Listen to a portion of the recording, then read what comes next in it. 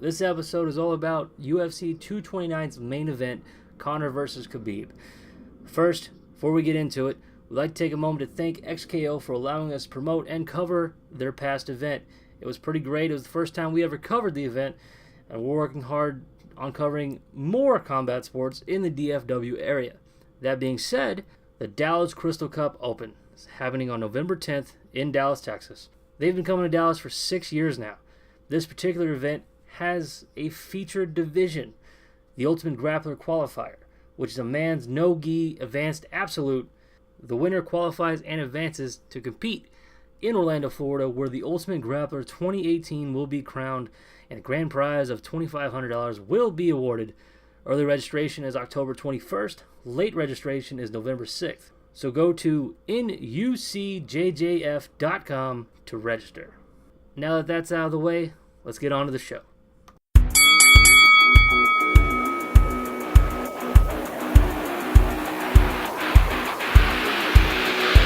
They're here. Welcome to the Hook J Podcast. Who the fuck is that guy? Who the fuck is that? When it's all said and done, I know one thing that I can do.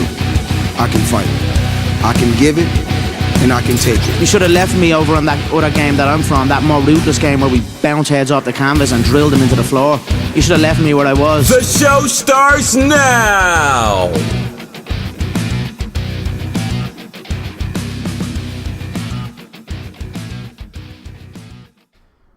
In this episode, we cover Conor versus Khabib only.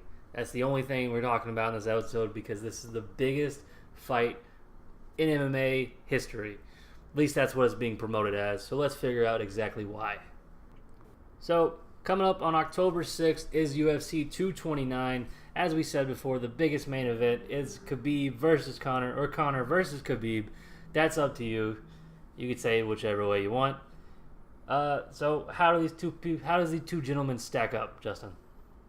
So how do these two guys stack up? Well, Khabib, the champ, he's sitting at 26-0, never lost a round, at least they claim, and he's an all-around grappler. He's a classic grappler, whereas Conor is your 21-3 stand-up knockout artist. So let's break down their record, the recent records first, because this will be a little more interesting. That way we can get a perspective on exactly the last fights, how they performed, and going further. So Conor's been gone for a while. You know, he took that brief hiatus doing something. We don't exactly know what he was doing. He fought Eddie and just kind of disappeared. No one knows exactly what something with boxing. I'm pretty sure he was fighting Floyd Mayweather for the biggest check of all time, well over 100 mil. Like it was a cardboard cutout of a big check. No, it was like money. He made like over a lot 100 of money. Mil. Yeah. I don't know. It was some. I don't know anything about that. I'll look it up later.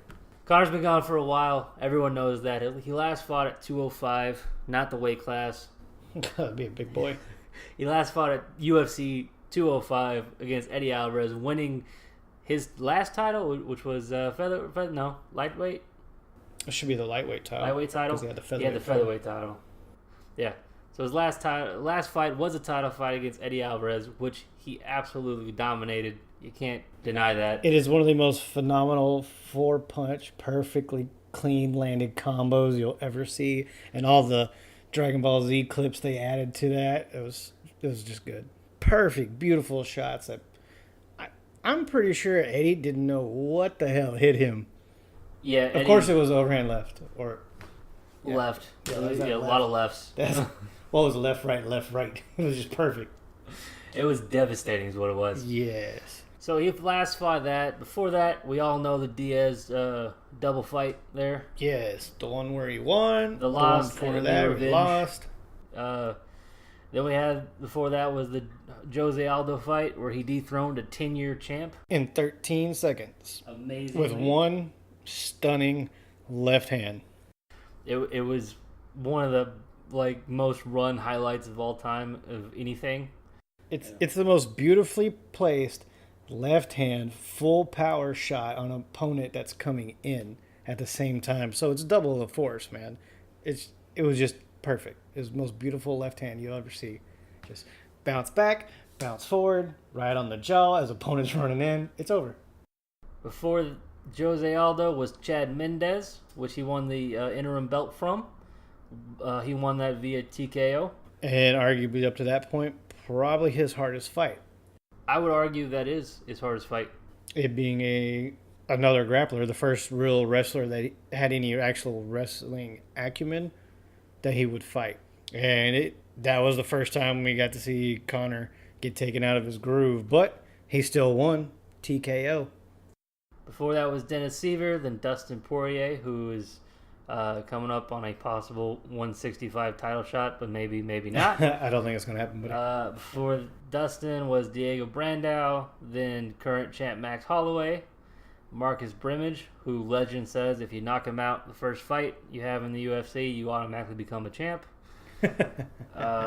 Before all that was just Cage Warrior stuff. So yeah, before that was all Cage Warrior stuff, and that was when he had the 2 titles and everything like that. And we won't go in too far back for his losses, but we will touch on it. His other 2 losses besides Nate was Joseph Duffy and a guy I can't pronounce. Sorry, man, but you know who you are, because I imagine you brag about that shit all the time. yeah, it took Conor out before he was famous. I got him fucking knee bar in 2008. Thank you, Sure Dog. But that was his basic rundown of his pro career. At least we don't have the amateur record on here. Actually, he's only got 1 amateur fight according to Sure Dog, but who cares? Yeah, it's an amateur fight. Yeah. So that's Conor's. What's Khabib like? Khabib's 26-0, never lost. We don't have his amateur record here if you're wondering that, but I imagine because he's Russian, it's probably like 37 bears and like 4 elks, 7 soldiers, and like a dog. But he's won all of them up his entire career. I don't see a loss at all. I'm pretty sure that his pro career as 26-0 includes his amateur, and that's point stacking. Of course, that's just me bullshitting, but Well, here's the weird thing about never know. Khabib's record, right? I don't know. First of all, I don't know how to say any of these guys' names until he gets to the UFC, because all of them are like the Russian leagues over there. Yeah, it's all from overseas. And it's really hard to say a lot of the Russian names. When we get to the UFC, right? See, his last fight was the real estate agent, Al Iaquinta. Al Iaquinta? Raging Al Iaquinta? Before that was Edson Barbosa. And then we got Michael Johnson, Daryl Horscher. Before that was Rafael Aldos. Rafael dos I almost couldn't say that one. Yeah, RDA for short. And then we got Pat Healy, Abel Trujillo, Thiago Tavares. Tavares. Is it Tavares? Thiago Tavares. And who's Gleason. left? Gleason Tebow? Tebow. It's Gleason Tebow. Gleason Tebow. Yeah, Thiago Tavares, and then Gleason Tebow. And then I don't know how to say this guy's last name or his first name. Kamal Shalores. Shalores? Shalores. So, right off the bat, what do you notice about that UFC record, if anything? That he's only fought 2 people that are worth note. If we're talking about Khabib. Khabib's only fought 2 people that I find championship worthy. One's a former champ, RDA. So, yeah, we look at the the weight class that he's in first of all, and we look at the people that he's fought recently. See, his last 5 fights, he's fought 4 people that are in the top 10. Right. And out of those 4 people, I think maybe 2 of them are in the top 5. Yep. Which is interesting. Which means, see, Al's just outside of the top 10. Is he? He was ranked 11. Sure. According to Conor in his press conference. I thought he was... Conor cited it. I think that's the current standings. But at the time, I think he was at like number 9. Because Paul Felder was the one they wanted to fight him at first. Right. And then he was over 10. He was like 12 or something. No, I don't know. And they wouldn't do it, so they got him. So one of the biggest things when you're looking at Khabib's record here and who he's fought, the big takeaways is he's fought RDA, former champ, and right now looks really good, although he did lose to Colby Covington and Edson Barbosa, who is one of the highest level strikers when it comes to kicking. That's really it. Al Iaquinta is very well rounded, so I don't think that was a good matchup for either one of them to really prove anything. Michael Johnson is just, I'm sorry, Michael Johnson, but you're kind of like the gatekeeper. Like, dude, you could throw some bombs, but He's you're not a fallen off. standout. He's, in my opinion, Michael Johnson was really great when he came in the UFC. You know, he had those great runs, but in recent times, I think he hasn't really evolved much. You know, he still wants to sit there and bang most of the time. He wants to throw hands. He hasn't really got much of a grappling game. And you'll notice on a lot of these people, except for maybe RDA, and you can argue Barbosa, have much of a ground game. The rest of them, not so much. I think Thiago has a little bit of it, but most of it's been just people that don't have ground games. Yeah, well, if you're going to throw tomato cans at somebody, right? If you're going to pad someone's record, you know, give them something. Give them people that they're not really going to have any opposition from. So that's something I've noticed right off the bat that a lot of Khabib fans especially don't want to point out is the people that he's fighting don't have much of a ground game, which we all know Conor doesn't have a ton of it. He's fairly decent he's got some okay wrestling, and okay wrestling gets you pretty far in MMA. Right. Whereas Khabib has amazing wrestling from what we've seen. He has the ability to keep someone down. But he has very little stand-up. Yes. So much little stand-up that we noticed in the Embedded series earlier this He's week. got The a first shiner. episode, he's got one hell of a shiner over his right eye. So that makes me wonder if a sparring partner can tag him and give him a black eye. I'm pretty sure Conor can tag him, you know? Yeah, if your sparring partner or anybody you bring in is able to dot your eye and give you a nice little shiner before you even get into the ring, then you're not really building everybody's confidence that you're going to be able to stay away from Conor's hands. Now, I did see a few little clips that somebody brought up of Khabib getting away from Edson, getting away from his kicks and getting away from his striking. I was like, but you got to take into account he's staying a lot farther away because a leg is a lot longer than an arm. He's got to get in close to grab him. That means he puts you right in arm's reach. So he's got to come into the pocket and he's got to absorb shots. If Conor lands some of those strikingly accurate shots, we might see that granite chin that we think he has. We don't know. Although Michael Johnson kind of wobbled him. Crack. And if that cracks and you give Conor any kind of opening like Eddie did or any kind of opening like Jose did, which is a small window, he's going to take that shot and it's going to hurt. Even Nate took a lot of shots. There's plenty of blood on the mat to prove it. Well, it's not a Diaz fight unless Diaz starts bleeding. Well, yeah, true. Yeah. But both of them. Nate took a lot of shots trying to get in there and, exchange with him, and Nate's got a longer reach. Here's the interesting part about Conor. Everyone seems to forget. It's been a while since we've seen him in the ring. It's been, 2 years? Yes. Or so? And Conor, especially up when he was coming up through the UFC all the way up to Jose Aldo, when he fights more of like a karate type stance. Yeah, he's got a really wide stance. Does it kind of look like Wonder Boy? It's not as technical. It's a little more free You know what I'm flowing. talking about, though, right? But he's got sort of that same stance where he's really wide. Right. And the interesting part is everyone forgets about his length with his kicks. He's got very good balance. If you ever watch Conor when he spars or some of the earlier fights when he throws kicks, his balance is always there. It's never off balance. He's got a good base with him, which really helps out with his kicks. And that's something that not a lot of people tried with Khabib, was keeping him at distance like that because he puts so much forward pressure on you, and a lot of them just give up. Edson tried. I think Edson but was trying. He couldn't really crack the code with it. He would try, and Edson's got one of the fastest roundhouse kicks we've ever seen. He almost caught Khabib twice. but he doesn't have the length that Conor's got. He doesn't have the reach. I think Edson could have got him if he would have stuck to those low calf kicks. But he wasn't. He was head hunting and body hunting. I think the thing about Khabib, from what I've seen, is sort of the same thing with Diaz. It's with anybody. If you work the legs, if you chop down the tree can't stand. It's kind of like the same thing with the body. If you work the body in boxing, tree can't stand.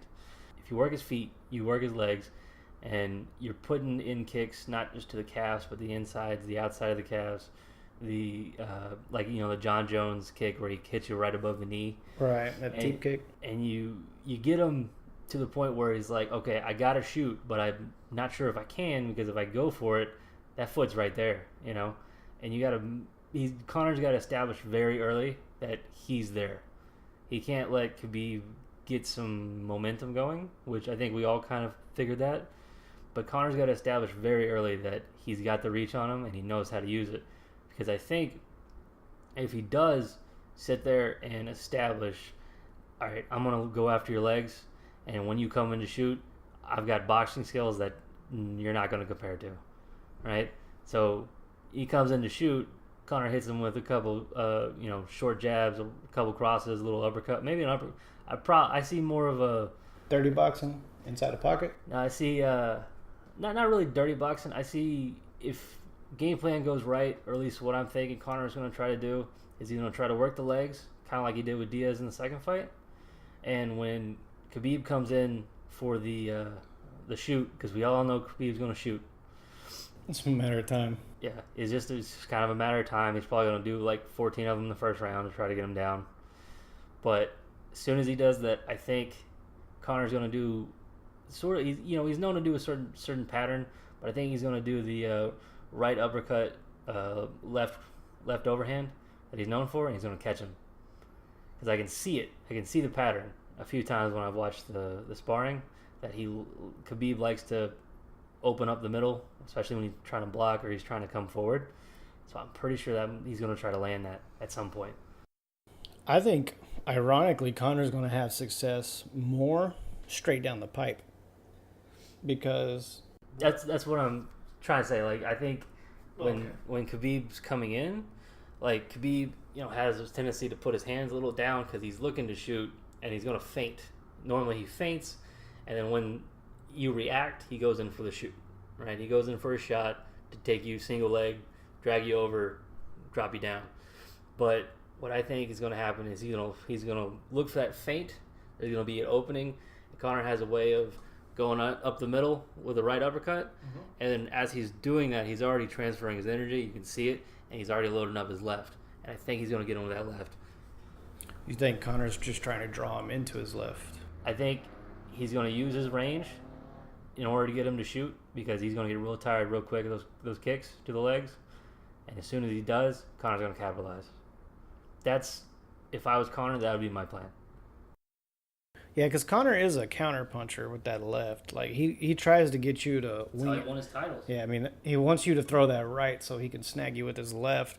Khabib is not a boxer, so Khabib is not going to throw as many punches at all, if any, to get in there, give Conor an opportunity. So, yeah, I think he's going to have to go straight down the pipe to get Khabib to make a mistake. And he's going to have to get Khabib to drop that right arm so he can just come over there and nail him. Khabib is known just to have this forward pressure, and after he gets you pretty much tired or he shoots you and gets you on the ground, he's known to just lay on top of you, and then when he gets in a good position, he'll lay in elbows and maybe get a TKO. Every now and then he gets a submission, but most of the finishes he has is because you're on the ground, you're below him, and he's just raining down elbows. His last 2 fights were by decision. Yeah. Right? Which is interesting. So we kind of figure out his game plan. He's there to win. He's not really there to finish you. But this is a different Khabib because of the whole bus incident and all that. And all the shit talking at He might be a little more emotional. We saw it at the press conference, the first one. They said they're going to do a second one. I don't know when. But we know this is kind of a different emotional state, because fighting Conor, you're not just fighting Conor, you're fighting a fucking nation. Well, you're also fighting, 3 Conors. You're fighting the fighter, you're fighting the ego, and you're fighting the shit talker. Yeah. All rolled into one. So you got the guy who's in the ring with you, you got the guy who's on the stage with you, and you got the guy who's larger than life you have to fight. So that's a lot of pressure. And the larger than life one is the one that has the most acumen, honestly, because he's going to bring the world around you down. He's trying to, he's getting in your head talking about your dad. He's getting in your head talking about your country. He's getting in your head talking about every little thing that he can dig up on you. And then you have the shit talker in the ring, too. Yeah. Because the whole time he's in there, if he's having fun especially, he is talking shit. Now, the second Diaz fight, he wasn't. He was focused on trying to get Diaz out because he lost the first time. Yeah.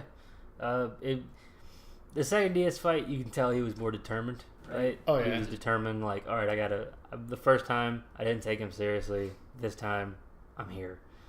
And I think it shows a lot about Conor is the fact that even in his movie, like when he did the Conor McGregor movie, I think it's called Notorious. Yeah. He showed his loss, right? And he showed him coming back and changing things. And if you're willing as a person to show the world as the biggest sports athlete in it at the time that I lost something and I'm willing to change stuff in order to get back, like that shows a lot about the person. So it makes me wonder rather if Conor were to lose this fight, right? He would have a rematch at some point. He's got a 6-fight contract with the UFC now. He's the biggest UFC star of all time at this point. Right. He would have a rematch eventually. If he wanted it. Yeah, I guarantee if he loses this fight, he'll have a rematch. And if he doesn't, Khabib will fight Tony, and then the winner of that will get Conor. But it makes you wonder if he were to lose, how he would come back from that. Would he show the same sides as he did with Diaz, where he was like, I'm going to take this loss, I'm going to learn from it, I'm going to keep moving and come back even better than before? Which I think that's probably a logical thing, but it shows a lot about the person. And I don't think you can really stop Conor getting in his head like that, and we know Khabib doesn't do that at all. Khabib was like granite at the press conference, didn't say anything. Until the end, like the last 10, 15 minutes of it, man, he started getting a little frustrated. Now, that may just him being like, okay, enough is enough. Like, what are you doing, dude? Because anybody, you sit there and poke them long enough, they're going to react. And I don't know if he necessarily got under his skin, but he did phase him, and that shows a lot. It did look like it. Yeah, it looked like Khabib. I won't say Khabib was rattled by it. I'll just say he was not Khabib as usual. If that makes sense to you. So, what do you think Khabib's plan would be against Conor? I think Khabib's biggest opportunity is going to be constant level changes and get him to the cage. Even if he doesn't get him to the ground, get him to the cage. If he can wade in, grab him, and put him on the cage, even if he doesn't want to take him to the ground, he's showing his dominance. Like, I can put you wherever I want. So, let's say in the first round, they just dance around for a minute. They swap a few blows. It's not enough to put Khabib away, but Khabib grabs him, and Khabib doesn't get him to the ground. But if he puts him on the cage, and he starts working the body a little bit, and he starts getting Conor thinking and moving, and it starts wearing out Conor. Now, Conor has gone with the greatest boxer of all time for 30 minutes. He has been to 2 5-round fights. So we know he can go distance. We also know there's a cardio issue in there somewhere. Somewhere around that 12 to 15 mark, he starts fading. Well, that's Khabib's biggest time to do a TKO if he gets it that far. he did go to 30 minutes with Mayweather. That was the the biggest fight. Yeah. Everyone knows that. We know he kind of tired out towards the end there because it's 30 minutes of boxing. It's going to get tiring. Striking is different than grappling completely. And when someone's on top of you like that, it drains you way faster. Which is what happened in the first Diaz fight. In the first Diaz fight, he was getting tired a lot quicker, and that's why he lost, because he opened himself up to that choke. And then in the second one, he didn't, once he put Nate down there, he didn't pursue him. He's like, nope, come back up. Well, the few times they did go to the ground, he was able to get away. I wouldn't even argue in the first Diaz fight that it was the grappling. I would argue in the first one it was Diaz's pressure and constant pressure because he kept just going after him. Yeah, that was an opponent. And then once he hurt Conor went in for the shoot, and that's when we all were like, yeah, he's kind of fucked at this point, The second one, he fixed that problem with his cardio because he had a cardio issue going into the Diaz fight. You can't argue that. Right. But in the second one, he fixed it, and he made sure Diaz fought his fight. Again, though, somewhere around that 12 to 13 minute mark, he started fading. That's why Diaz won that round, the third round, and the fourth round handedly. It wasn't until the fifth round that Conor got his second win, and we're looking at 20 minutes in before he got it. I don't know if you got that much time on your hands to get a second win when Khabib's just so heavy and he's on top of you and he's pounding the shit out of you. It's something that, it's going to drain him. It's going to drain him pretty quick. We all know that. Being on the bottom during any type of grappling exchange, even when you're up against the cage or when you're below somebody, it's going to take a lot out of you. And it's going to take even more when you're trying to defend it. So that's going to drain. It's going to be an interesting fight between the two. On paper, it looks like a striker versus a grappler, which it kind of is. But there's a lot of different levels to this, I really think Khabib's biggest opportunity to get this done is going to be the level changes constantly, because you got to get Conor thinking. Like Khabib's favorite thing is the single leg, so go for a double leg,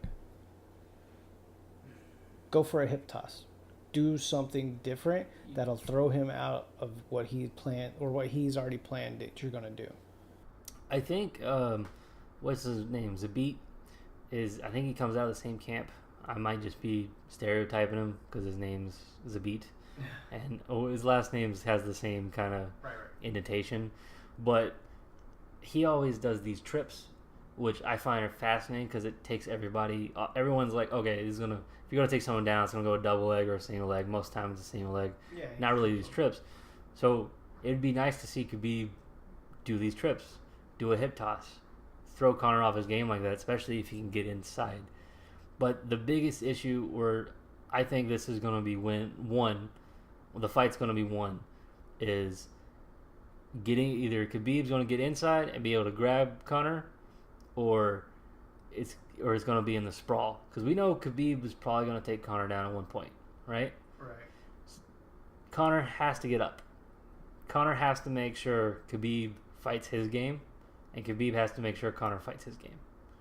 That's what it's going to come down to. It's either come down to the takedown or the sprawl. I don't even think it's going to come down. It's going to be, kind of that. I think it's going to be more of who puts the other fighter into an uncomfortable position the most. So if Conor keeps it standing longer, then they're on the ground. Let's say it's 25 minutes, and Conor keeps it standing for 15. He wins. He handedly wins.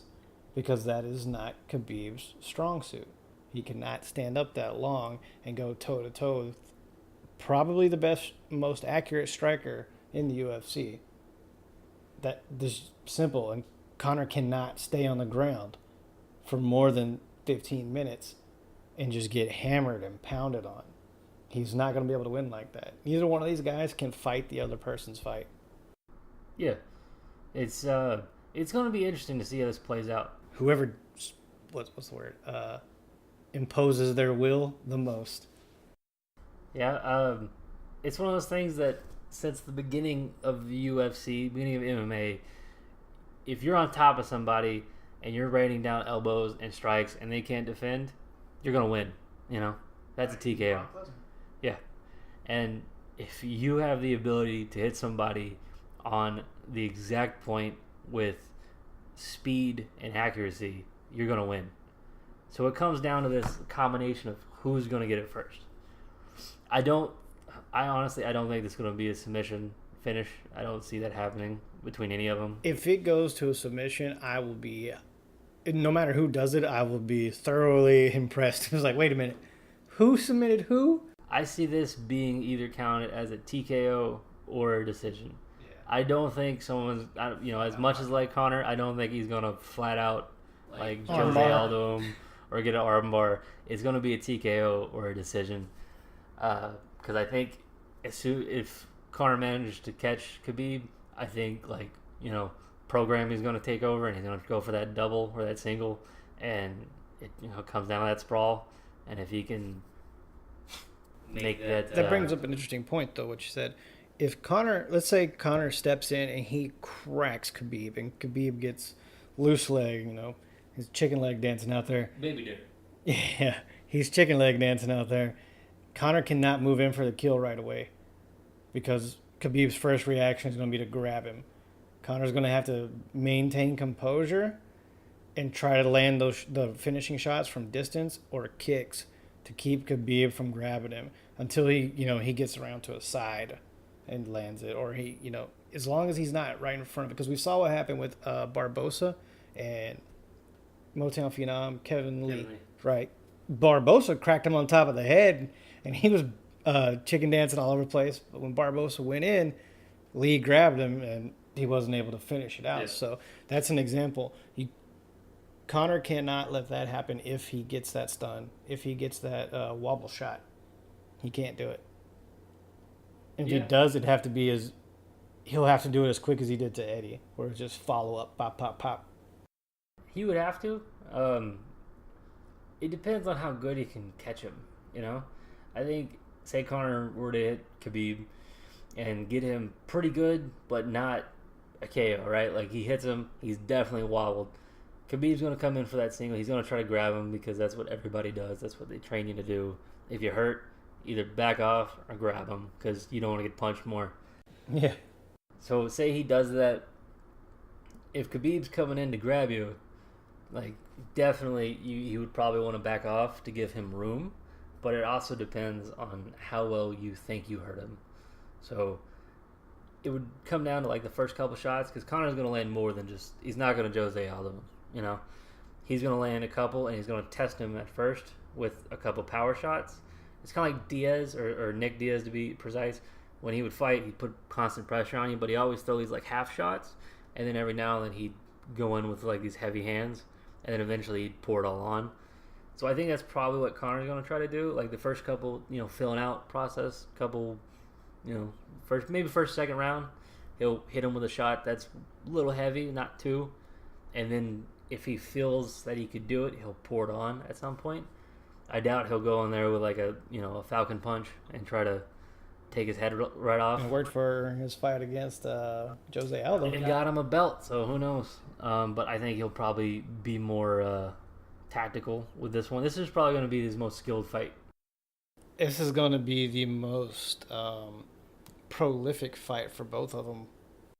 It's going to be interesting because, I just said it's going to be a skilled fight, but honestly, thinking about it now, I think Chad Mendes was probably his most skilled fight as far as grappling goes. So far, yeah. Even again, I think Chad Mendes is a better grappler than Khabib. Grappler, yes, because Khabib is a one-trick pony, kind of. He grabs you, throws you to the ground, and just lays on you. Yes. Mendes will stand with you for a while. Mendes will grab you, put you into the cage, grind you out, and put you on the ground and wrestle with you and try to beat you up there, too. During the fight with Chad Mendes, Chad took Conor down a few times, and Conor got right back up. And I think Chad's a better grappler than that, than Khabib. And I think it showed a lot to everybody that he could take on a grappler. Now, that was a couple years ago.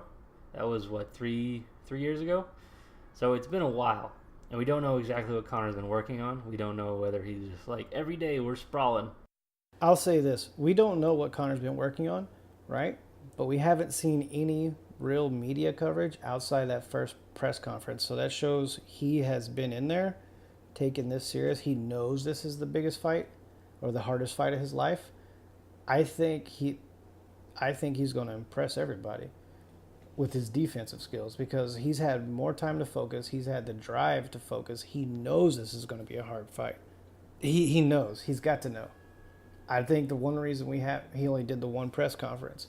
I think the reason why we haven't seen as much media coverage or him lighting up everybody on Twitter feeds and all that stuff or talking as much shit as he has is because he's been focused. So we may see a Conor that's elevated his game so far more than we thought he could in such a small time frame, or we're not. I mean, it's just going to be yes or a no, and it's going to be obvious in the first 2 rounds if it goes to the third. The interesting part about like I've noticed about Conor's career is he had that initial run to Jose where he was everywhere. They put him on every press conference, everything, just to get the word out. And when he comes out and he's this brash, confident guy, the more he believes that he's going to destroy you, the more press conferences he does, you know? But he did that all the way up to the Nate Diaz fight, the first one. He did like 3 of them. They had the one because it was last second. Right. And he did one, like I think the day before, and a couple little media out things.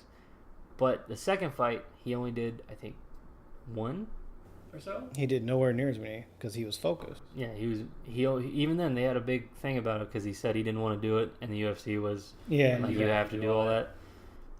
And he was more focused. When he did against Eddie Alvarez, he had like 3 press conferences where he was like, "Yeah, I'm gonna beat the shit out of this dude." He was that confident. This one, it speaks a lot to him being like, "I know this is a big fight. I know this is a lot of emotion going in this fight, but taking only 1 press conference." They said they're going to do 2. It's probably the ones they're talking about, like the day before the weigh-ins ones. But it's going to be interesting to see how this goes because, generally speaking, when Conor only does 1 or 2 press conferences, most times just 1, he's focused. He is there. And when he gets to that point where he's that focused, in the past, it has shown that he's going to do whatever he wants to. At one point when he was in Cage Warriors, or I think it was Cage Warriors, the first promotion he was in, yeah, Cage Warriors, he was like, "I want to be a 2-division champ," and he called that like the first time he fought there, and he said, "I want to be a 2-division champ. I'm going to be a 2-division champ here, and I want to do it in the UFC." By God, he went and did it, right? You imagine having the amount of nuts on you to call that shit like 7 years before it happened, and actually go out and do it. Hey man, you got to have goals, right? He's got a ton of them. He's met all of them. And if he's that focused and he's like, "I'm going to do this and take it seriously," I'm not going to doubt him. As much as I want to root for Conor, and I am going to root for Conor because I didn't think Conor could beat Jose, and he proved me wrong. And he proved me wrong in stunning fashion. I thought he was going to beat Eddie Alvarez. I didn't think he was going to do it like that. I thought he was going to go the distance and get him in the 3rd or 4th round, but nope, got him in the 2nd. So he's surprised me 2 times. Darren East goes and surprised me by fighting Mayweather as long as he did, going into a sport he has no business going into. I mean, this is way out of his league, but he does it. And he holds his own against the best for 10 rounds. I mean, yes, he did get stopped. It was done. But he went that long with the greatest of their sport of all time. And there's no reason why he can't go out there and beat Khabib in stunning fashion either. And I'm not going to count him out of this. But I don't want to discredit Khabib's talent either.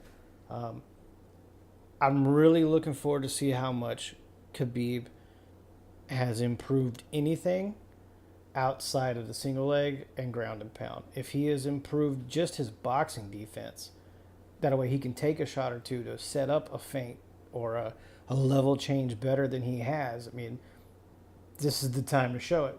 This is going to be the time that we're going to see if Khabib is no longer a one-trick pony.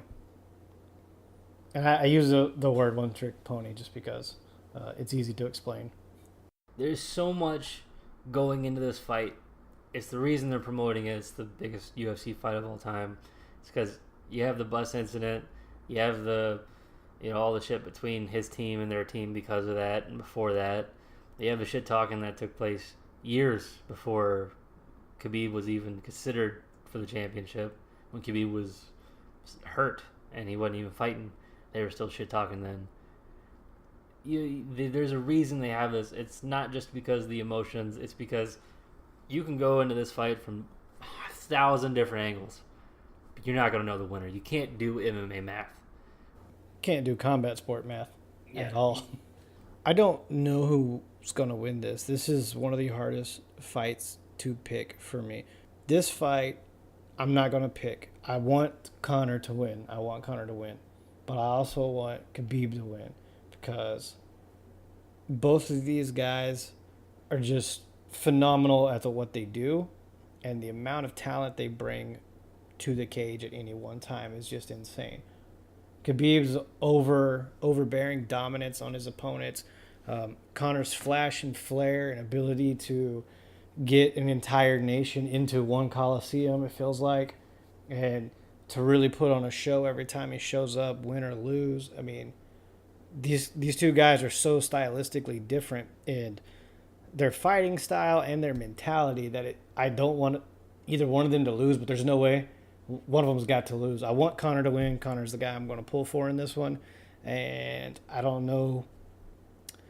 If anything, I just want to see a blemish on Khabib's record. I want to see that one loss. And if it doesn't happen due to Conor, I want it to happen because of Ben Askren. Yeah. Or the other fighter I want to talk about in a minute. I feel the same way going into this one.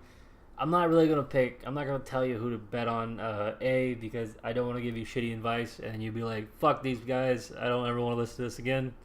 That's always a bad idea. But B, I like both of them. From a MMA fan standpoint, I like the fact that Khabib's there to win. He's there to do what he's best at and leave, right? But as a casual fan, a guy who's been watching MMA since Stephan Bonner, Forrest Griffin went at it in 2005. I'm going to tell you. Brought me into the fold. I'm going to tell you, I love Conor's flash. I love the fact that he shows up and he's just like, fuck it, I'm here. Let's do this thing. I love the fact that he says what he's going to do and he goes out and does it. So I'm not going to pick which one. I'm sorry, guys. I know you were here for the picks. So let's say Conor wins. Okay. Who do you think he should fight next? Well, on the undercard is Tony Ferguson, who is the former interim champ, and he got hurt. You know, Khabib and Tony were supposed to fight. He gets hurt, and then the bus incident and all that other shit. That whole card was just fucked up. But more than likely, if Tony wins his fight before this, because he's on the co-main event, he'll probably fight the winner going forward. If Conor wins, I want him to fight a multitude of people, but the one I kind of want him to fight the most is not even Nate, because I think Nate stylistically loses to Poirier, even though Poirier is going to be I think Poirier in their fight is going to be at a loss on the ground because Nate's a little bit better, but I want him to fight Dustin again to give Dustin an opportunity to move up the ranks, show that he is, like, give him a chance to kind of go against, or the rematch, that's what I'm trying to say, the rematch between them, to see how much either one of them have evolved. I think that's just a fight as a fan that I want to see, although I do think the fight against El Kukui would probably be the best fight. If Conor gets past El Kukui and he decides to keep going, you know, because we don't know what Conor doing. Like, he can do anything he wants. If he decides to start, you know, stay in one weight class, because he's fought at 170 before, I don't think he'll go that far. But say he decides to stay at 155. Say he decides to stay at 155. And he's there after he fights Tony, then yeah, I would see that. That would be decent, especially if... That's Poirier, the fan side of me. If Poirier wins against Nate, then that would be after Ferguson fight. Unless they do a rematch of Khabib.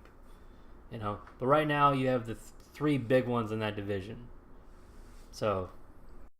There's only one fight for me that Khabib should fight if he gets his hand raised. As a fan, the fight that I want to see that I think matches up really well for both of these guys is Khabib versus Brian Ortega. Especially if Ortega takes out Holloway and gets the belt. You got champ versus champ. Holloway, as good as he is, he's going to be at a disadvantage in the grappling and the BJJ. Although he can keep people at range very well, Brian's already shown that his hands have steadily got better, and he sets up his BJJ so well, and he's so good on the ground. I think that's the opponent, hands down, for Khabib to prove that he's the overall superior fighter in the weight class. Because Brian Ortega is good on his feet. He is great on the ground. So if Khabib wins, you want to see him fight Ortega? yes. Okay. If Khabib wins, I think he should fight Brian Ortega. That's the fan side of me. That's what I want to see. But That would be interesting. I agree that'd be fun because Ortega he's a big dude. yeah, he's big for his weight class. He can go up and weight, no problem. Him and Max. Yeah, that's the fight I want to see, honestly, out of all the fights. To like, for me, if I was going to be the matchmaker, if I was Sean Shelby and Dana White, I'd be like, ooh, I kind of want to see that one. Yeah. Fuck the rankings. That would be fun. Like, well, they don't pay attention to the rankings anyway. So, Or if they could do it, get Ben Askren on the card just for one fight. they're never gonna get Ben Askren on a card. Honestly, dude, he could beat Khabib just hands down, I think. He's a better wrestler. He's a far better wrestler. Overall. I think he's a far better wrestler. I think his stand-up was putting together too. Especially, he took the I'm gonna win.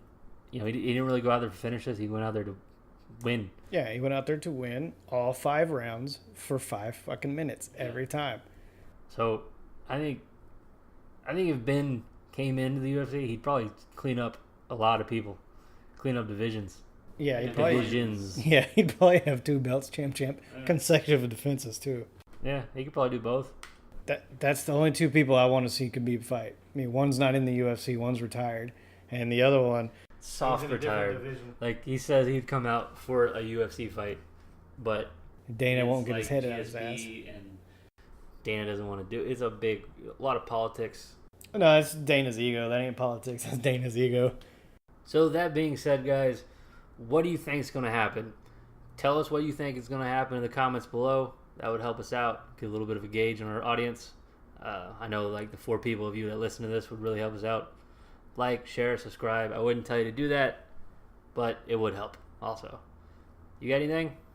I have nothing other than follow us on Twitter. You can follow us at HookedJP or at HookedJustin. Doesn't matter. Or do both. Good. Links below. Bye. Thank you for listening to the Hook J Podcast. Hope you enjoyed today's show. See you next episode. Sometimes you've got to do what's right for you and not do what's right for everybody else.